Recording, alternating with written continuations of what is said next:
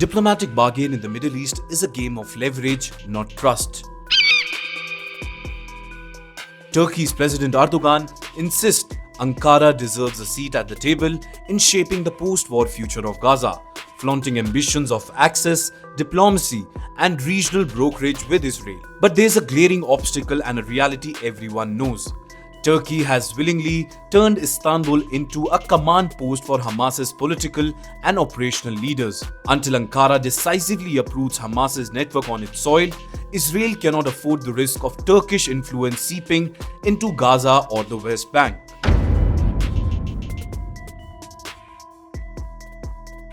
Turkey-Hamas bonhomie is not conjecture, it's a documented history.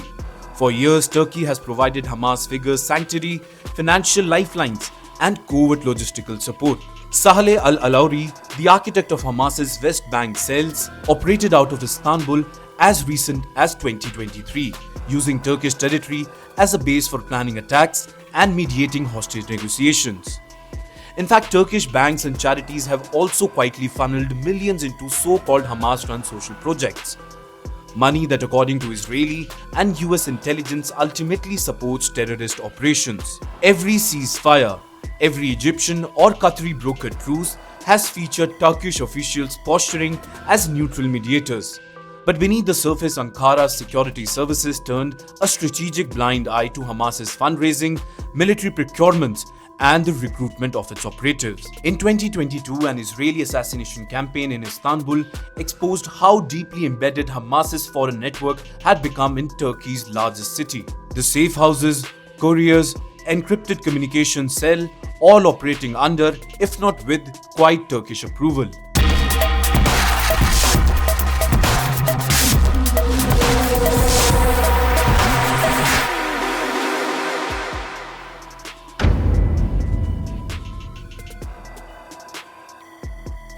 Now, what message does this send to Israel?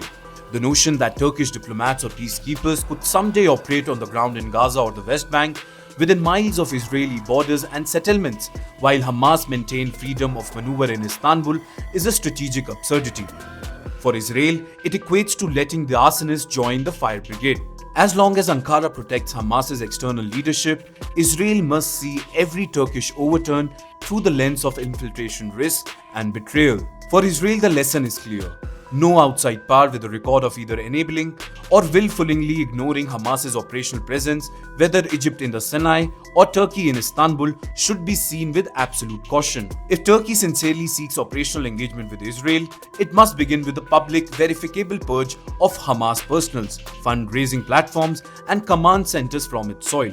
Until then, Israeli security apparatus must demand an iron wall. No Turkish mediation, no Turkish personnel, and no Turkish presence in any future arrangements for Gaza or the West Bank. Well, in the zero-sum calculus of Middle Eastern security, trust must be earned, especially when history makes a powerful case for suspicion.